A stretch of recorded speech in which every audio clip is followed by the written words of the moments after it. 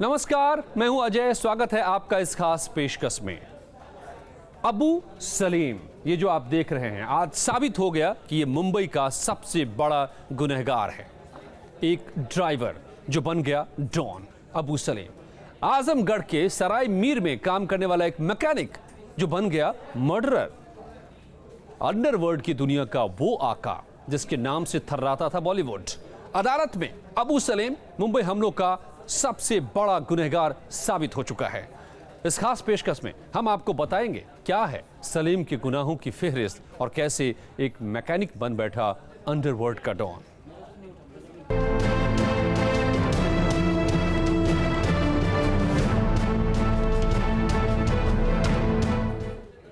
चौबीस साल बीत गए, अब आकर यह ऐतिहासिक फैसला आया है। 250 से ज्यादा लोगों को मौत की नींद सुलाने वाली साजिश के 6 गुनहगारों पर टाडा कोर्ट ने फैसला सुनाया है। 1993 के मुंबई सीरियल ब्लास्ट केस के सबसे बड़े गुनहगार अबू सलीम को अदालत ने मुख्य साजिशकर्ता माना है।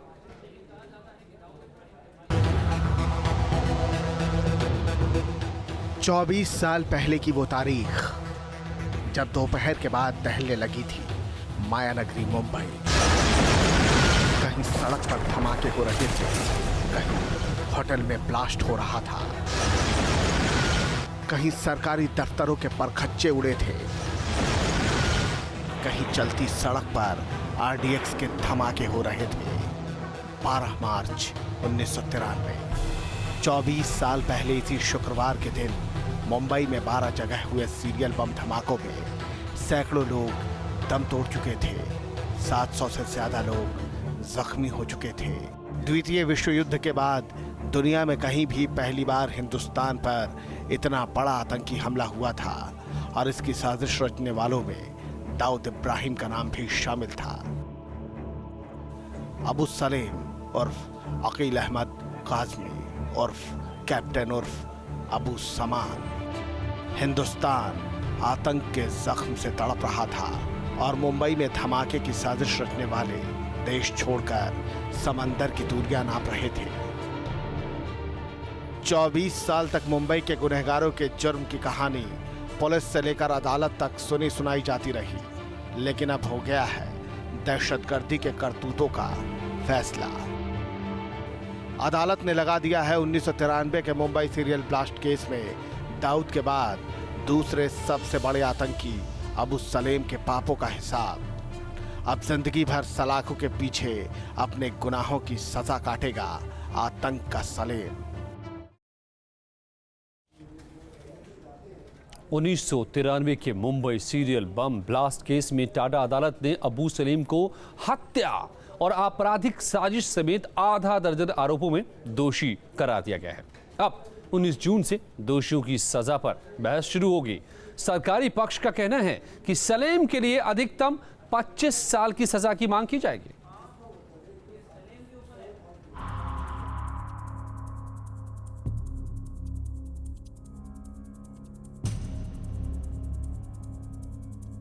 मुंबई में हुए सीरियल बम धमाकों के 24 साल बाद हो रहा था इस महापाप के गुनहगारों का हिसाब। 250 से ज्यादा लोगों की मौत और 700 से ज्यादा लोगों को जख्मी बनाने वाली दहशतगर्दी के पापियों की किताब जब मुंबई के स्पेशल टाडा कोर्ट में खुली तो एक के बाद एक गुनहगारों का नाम सामने आता गया। टाडा अदालत में हाजिर हुए अबू सलीम और मुस्तफा दोसा दोनों आतंक के ऐसे चेहरे हैं जिन पर 1993 धमाकों में सबसे संगीन धाराओं में दोष साबित हुए हैं। अदालत में यह आरोप साबित हुआ कि अबू सलीम ने मुंबई धमाकों के लिए हथियार और ग्रेनेड जमा किए थे। इसके अलावा अबू सलीम ने मुंबई में जगह जगह जाकर हथियार छिपाए और आतंक की साजिश रचने में जुटा रहा। इन आरोपों के साबित होने के बाद अदालत ने अबू सलीम को हत्या से लेकर आपराधिक साजिश तक के आरोप में दोषी करार दिया। अबू सलीम के अगेंस्ट सब और जो ये है 120B read with all sections almost all 302, 307, 121 sorry not 121 201 ये सब ऑफेंसेस प्रूव हुए हैं ऐसे कोर्ट ने। अदालत की कार्रवाई में अबू सलीम के अलावा दूसरे बड़े मास्टरमाइंड मुस्तफा दोसा के खिलाफ भी संगीन धाराओं में आरोप साबित हुए हैं। मुस्तफा डोसा ने ये कंस्पायरेसी इनिशिएट की थी उसके घर पे, उसके भाई के घर पे दुबई में पहली कंस्पायरेसी मीटिंग हुई थी, जहाँ पे दाऊद इब्राहिम, अनीस इब्राहिम और बाकी सारे बॉम्बे के गैंगस्टर्स आए हुए थे। इन दोनों आरोपियों के अलावा मुंबई धमाके में शामिल बाकी के 4 आरोपियों के खिलाफ जो आरोप साबित हुए हैं, उनमें ताहिर मर्चेंट के खिलाफ आपराधिक साजिश में शामिल होने और आतंकियों को पाक में ट्रेनिंग के लिए भेजने के अलावा दुबई में उनके रहने का इंतजाम करने का आरोप साबित हुआ है। दोषी करार दिया गया रियाज सिद्दीकी अबू सलेम को अपनी कार देकर आरडीएक्स सप्लाई करने की साजिश में शामिल था। फिरोज खान मुंबई में हथियार और विस्फोटक लाने के अलावा धमाके की साजिश के लिए दुबई में होने वाली बैठक में शामिल था, जबकि करीमुल्लाह शेख पर विस्फोटक लाने और अपने दोस्त को पाक में आतंकी ट्रेनिंग दिलाने का आरोप साबित हुआ है। मुंबई की टाडा अदालत में अब 19 जून से इन दोषियों की सजा पर बहस शुरू होगी। 1993 के सिलसिलेवार बम धमाकों में अदालत ने अबू सलेम को मुख्य साजिशकर्ता माना है। अबू सलेम पर आपराधिक षड्यंत्र और एक्सप्लोसिव एक्ट्स की धाराओं के आरोप साबित हो चुके हैं। पुर्तगाल से हुई प्रत्यार्पण संधि से अबू सलेम फांसी के तख्ते तक पहुंचने से तो बच जाए, लेकिन यह मुमकिन है कि उसे अपनी बची हुई जिंदगी का एक बड़ा हिस्सा सलाखों के पीछे गुजारना पड़े। कैसे आजमगढ़ से शुरू हुई अबू सलेम की कहानी, कैसे वो मुंबई पहुंचा और वो कौन से हालात थे जिनकी वजह से जराम की दुनिया का ये खिलाड़ी बन गया, ये भी आपको दिखाते हैं और बताते हैं कि सलीम की सजा पर क्या कहना है आजमगढ़ के लोगों का। आजमगढ़ का सराय मीर कस्बा ये वही जगह है जहां की गलियों में अंडरवर्ल्ड डॉन अबू सलीम पला बढ़ा। इसी सराय मीर में बाइक रिपेयर करते करते कब वो जरायम के दलदल में फंस गया, शायद उसे भी नहीं पता। 1960 के दशक में पठान टोला में एक छोटे से घर में एडवोकेट अब्दुल कयूम के यहाँ दूसरे बेटे अबू सलेम का जन्म हुआ था। आज जरूर यहाँ आलीशान बंगला है, लेकिन दशकों पहले अबू सलेम के परिवार की हालत बहुत खराब थी, क्योंकि उसके पिता अब्दुल कयूम की एक सड़क हादसे में मौत हो गई थी, जिसके बाद परिवार की आर्थिक स्थिति को संभालने का जिम्मा अबू सलेम के कंधों पर था। अबू सलेम ने बाइक रिपेयरिंग का काम शुरू किया। अबू सलेम का काम भी अच्छा चल रहा था, लेकिन तकदीर को कुछ और मंजूर था। अबू सलेम यहाँ पे एक बुलेट का बहुत अच्छा मिस्त्री था, जिसके यहाँ महीनों लाइन लगती थी उस दौर में जब वो क्रिमिनल नहीं था। आजमगढ़ से वो मुंबई आ गया, जहां उसने ड्राइविंग का काम शुरू किया। यहीं वो दाऊद के छोटे भाई अनीस इब्राहिम के संपर्क में आ गया और फिर शुरू हुई ड्राइवर से डॉन बनने की कहानी। साजिश कहिए चाहे वो अपनी गलती कहिए, सब अपने पैर पे अपने आप कुल्हाड़ी मारता है। अबू सलेम का आजमगढ़ से जुड़ाव क्या है? अबू सलेम तो आजमगढ़ एक ज़माना हुआ छोड़ दिए, वो तो सही मानों में जो उसकी क्राइम हिस्ट्री है वो बॉम्बे में रही है, तो यहाँ से सीधा साधा गया था जैसा लोग बताते हैं। अबू सलेम की करतूतों के चलते आजमगढ़ लगातार सुर्खियों में बना रहा। दिल्ली के बटला हाउस कांड और आतंकी गतिविधियों के चलते भी आजमगढ़ की चर्चा पूरे देश में होती रही। हालांकि यहाँ के लोगों का साफ कहना है कि जो दोषी हैं उसे सजा मिलनी चाहिए, चाहे वो कहीं का भी रहने वाला हो और कोई भी हो। और कोई भी क्रिमिनल है उसके बारे में अबू सलेम के जो क्रिमिनल उसको अगर सजा होती है तो सजा होनी चाहिए, उसमें आजमगढ़ से क्या जुड़ा हुई बात। सारे हिंदुस्तान में बहुत से क्रिमिनल है, बड़े बड़े क्रिमिनल हैं, तो जो गलत हैं उनको सजा होनी चाहिए, चाहे वो कोई भी हो। जुर्म किया है किसी ने, अदालत ने तहकीक की है, उसका जुर्म साबित हुआ है, उसका फैसला आया है, तो जाहिर बात है दोषी हैं तो उनकी सज़ा उनको मिलनी चाहिए, चाहे कोई भी हो, चाहे आजमगढ़ का हो, चाहे वो लखनऊ का हो, चाहे वो दिल्ली का हो। हम इससे लेना नाराज़ नहीं है। अबू सलेम आज सलाखों के पीछे है और वक्त है उसके काले कारनामों के हिसाब किताब का। जल्द ही अदालत उसकी सजा पर सुनवाई करेगी और सलेम को अपने गुनाहों का हिसाब चुकता करना पड़ेगा। आजमगढ़ से Ravi Prakash, bureau report, News State Uttarakhand, Uttar Pradesh. Abu Salem एक ऐसा नाम रहा है जो फिल्म का भी किरदार के तौर पर फिल्म की पर्दे पर दिखाया गया। कई कहें तो जराइम पेशा की दुनिया में उसको फॉलो भी करते नजर आए, लेकिन आखिरकार कानून के पंजे, कानून के हाथ कहते हैं कि बड़े ही लंबे होते हैं और सलेम की गर्दन तक पहुंच ही गए। सालों साल बेशक ये मुकदमा चला, दुनिया भर में भागता रहा अबू सलेम, लेकिन अब वो सलाखों के पीछे है और कानून के कटघरे में साबित हो चुका है कि यही है मुंबई का सबसे बड़ा गुनहगार। तो अब सजा भुगतना भी अबू सलेम को ही होगा। लेकिन इस गुनाह में कैसे साथ हो गई वो परी जो आई थी मुंबई में सुनहरे पर्दों पर छाने, लेकिन अंधेरी दुनिया में गुम हो गई। अबू सलीम के नाम के साथ साथ एक और नाम जहन में आता है, वो नाम है मशहूर अदाकारा मोनिका बेदी का। कैसे मोनिका बेदी अबू सलीम की मोहब्बत में फंसकर अपनी जिंदगी तबाह कर बैठी, ये भी देखिए इस रिपोर्ट में। बॉलीवुड की एक हीरोइन मैं जाग रहा हूँ, सो गया जो करोड़ों दिलों पर राज करती थी, मेरी बिंदिया उड़ा के ले गई तेरी निंदिया, लेकिन उसके दिल पर राज था एक डॉन का। कई हिट फिल्मों में अदाकारी करने के बाद मोनिका बेदी ने जितना नाम कमाया, उससे भी ज्यादा बदनामी उसे तब मिली जब उसका नाम मुंबई हमलों के गुनहगार अबू सलीम से जुड़ गया। कहते हैं कि मोनिका को अबू सलीम से मोहब्बत हो गई थी और अबू सलीम भी उसे चाहता था। बॉलीवुड के सुनहरे करियर को छोड़कर वो अबू सलीम की हम सफर बन गई, लेकिन इसका खामियाजा भी मोनिका बेदी को भुगतना पड़ा। मोनिका बेदी ने 30 से ज्यादा फिल्मों में काम किया था और कई टीवी सीरियल्स में भी अदाकारी की, लेकिन तकदीर ऐसी पलटी कि उसे जेल की हवा खानी पड़ी। 2002 के सितंबर महीने में अबू सलीम और मोनिका बेदी पुर्तगाल में गिरफ्तार हुए।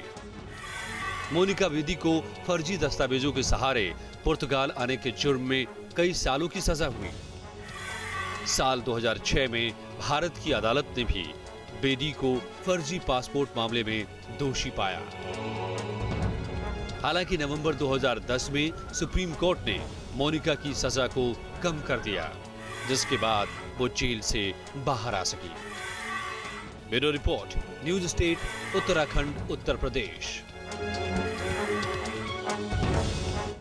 अक्सर ऐसा देखा गया है कि गुनाह का और बॉलीवुड का रिश्ता जुड़ता रहा है कई तरीके से। कई बार बड़े बड़े गुनहगार, बड़े बड़े डॉन बॉलीवुड में पैसे लगाते रहे हैं, अपना दबदबा कायम करते रहे हैं वसूली के लिए, या फिर इनका एक कहीं न कहीं रिश्ता सा रहता है मुंबई से, यहाँ की दुनिया से।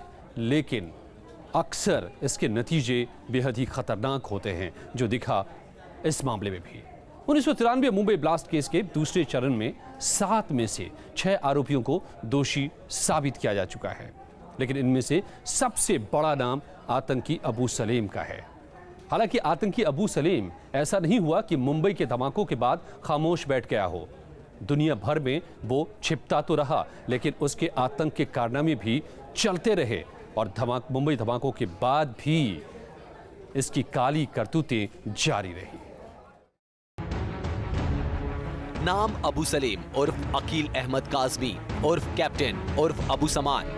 गुनाह, धमाके, कत्ल, अपहरण, फिरौती, धोखाधड़ी, जितने नाम उतनी ही बड़ी गुनाहों की फहरिस्त। ये है अबू सलीम के आतंक की कहानी, जिसने हर कदम पर बेगुनाहों का खून बहाया है, हर लम्हे आतंक की साजिश रची है, हर दिन जुर्म की नई कहानी लिखी है। मुंबई में जिस दिन 12 जगह धमाके हुए थे, उस दिन दहशत की साजिश रचने वाला ये सरगना जश्न मना रहा था। मुंबई को आतंकी आग में जलाने का जो प्लान दुबई में बना था, उसे मुंबई में अंजाम तक पहुंचाने वाला यही गुनहगार था।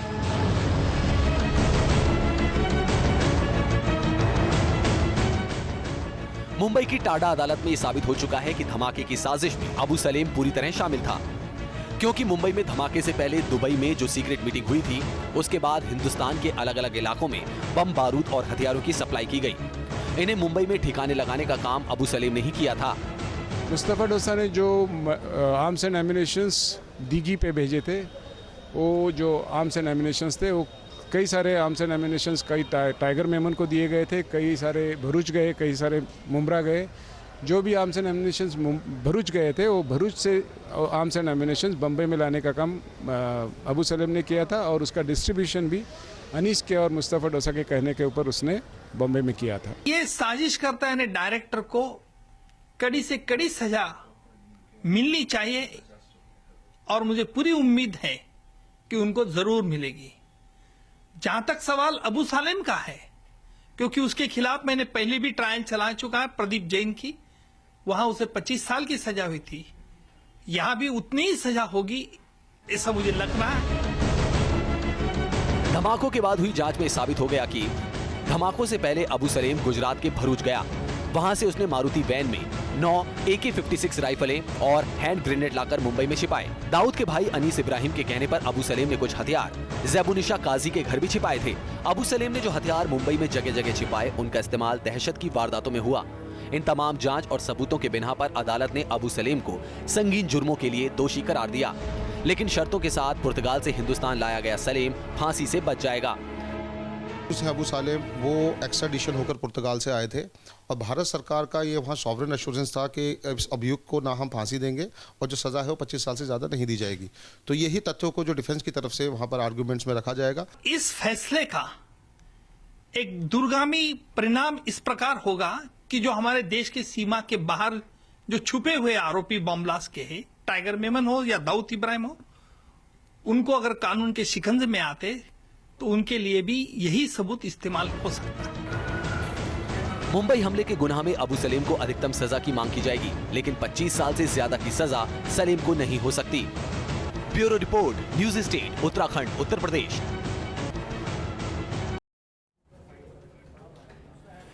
और मुंबई धमाकों के बाद अबू सलेम आतंक का क्रूर चेहरा बन गया। दाऊद इब्राहिम की दहशत की कंपनी जो मुंबई में चलती थी, उसका सबसे बड़ा नाम बन गया था अबू सलेम।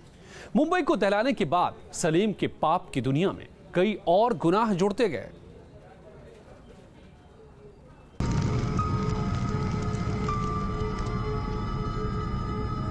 मुंबई में सीरियल धमाकों के बाद अबू सलेम समेत दहशतगर्दी के सभी बड़े किरदार हिंदुस्तान छोड़कर भाग चुके थे। आतंक और अपराध की दुनिया में अबू सलेम अब दाऊद इब्राहिम का दायां हाथ बन चुका था। फिल्मी हस्तियों से उगाही करना, कारोबारियों को धमकी देना, हिंदुस्तान में दाऊद के सभी काले कारोबार अब अबू सलेम के हाथों से हो रहे थे। मुंबई के अंधेरी इलाके के एक शॉपिंग मॉल में एक साधारण सी दुकान चलाने वाला अबू सलेम अंडरवर्ल्ड की दुनिया का एक बड़ा नाम कैसे बन गया, ये कहानी बड़ी दिलचस्प है। दाऊद के कुछ गुर्गों की संगत में आकर चांदी की छोटी मोटी तस्करी करने वाले अबू सलेम ने एक बार जो अंडरवर्ल्ड का दामन थामा, उसने पलट कर नहीं देखा और जल्द ही वो अंडरवर्ल्ड की दुनिया में एक खास नाम बन गया। दाऊद इब्राहिम का बॉलीवुड और रियल एस्टेट से जुड़ा धंधा अबू सलेम संभालने लगा था। अबू सलेम अब खुद को कैप्टन कहता था। इसी नाम से उसने मुंबई में आतंक की दुनिया कायम कर रखी थी। इसी दौरान एक ऐसी वारदात हुई जिससे पूरे देश में सनसनी मच गई। 12 अगस्त 1997 गुलशन कुमार की हत्या।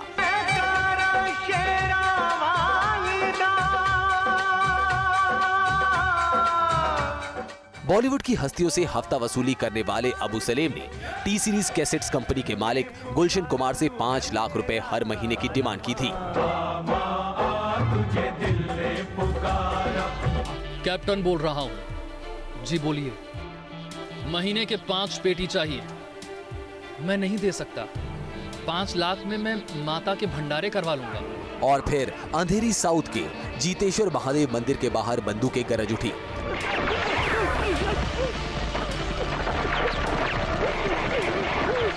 सलीम के शूटर राजा ने गुलशन कुमार को मंदिर के बाहर ही भून डाला था।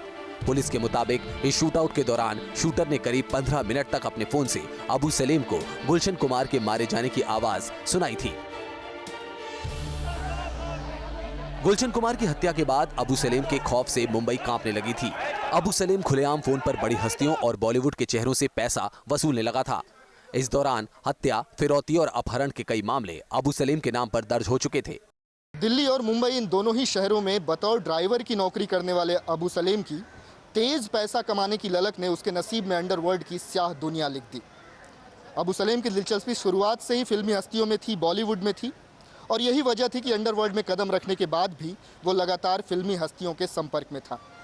ये वही समय था जब उसकी मुलाकात मोनिका बेदी से हुई।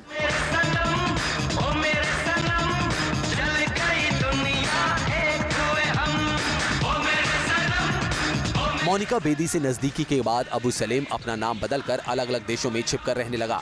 अबू सलेम का नाम मुंबई में इतना बड़ा हो गया था कि उसने दाऊद से अलग होकर अपना धंधा शुरू कर दिया। 1998 में जब सलेम ने कुछ फिल्मी हस्तियों पर जानलेवा हमला करवाया तो दाऊद से उसकी दुश्मनी और बढ़ गई। फिर भी विदेशों में छिपकर अबू सलेम अपने आतंकी काली दुनिया का कारोबार चलाता रहा। Bureau report, News State, Uttarakhand, Uttar Pradesh. Mumbai में बतौर अंडरवर्ल्ड डॉन अबू सलेम की पहली सबसे बड़ी काली करतूत थी एक बिल्डर का मर्डर। तब अबू सलेम का नाम इतना खूंखार अपराधी के तौर पर सामने आया था कि उसने बिल्डर की 13वीं के दिन भी वसूली का फोन कर दिया था। 1995 में हुए प्रदीप जैन मर्डर केस में अबू सलेम को उम्र कैद की सजा तक हो चुकी है। उत्तर प्रदेश के आजमगढ़ में हवेली नुमा ये मकान अबू सलेम के घर के नाम से जाना जाता है।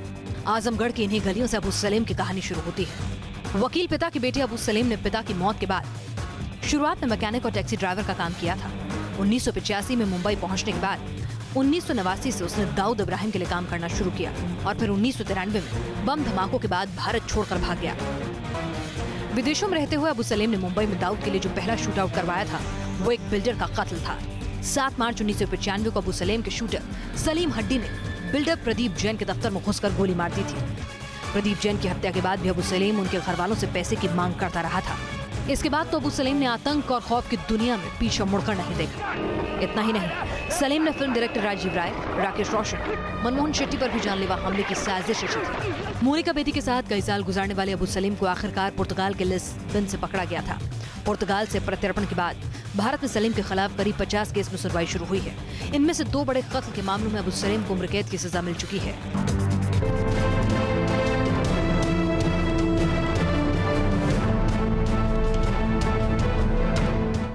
तो ये थी अबू सलेम की गुनाह की कहानी, लेकिन अब इसका हिसाब किताब हो चुका है और अब लगता है कि ताउम्र उसे सलाखों के पीछे ही गुजारना होगा।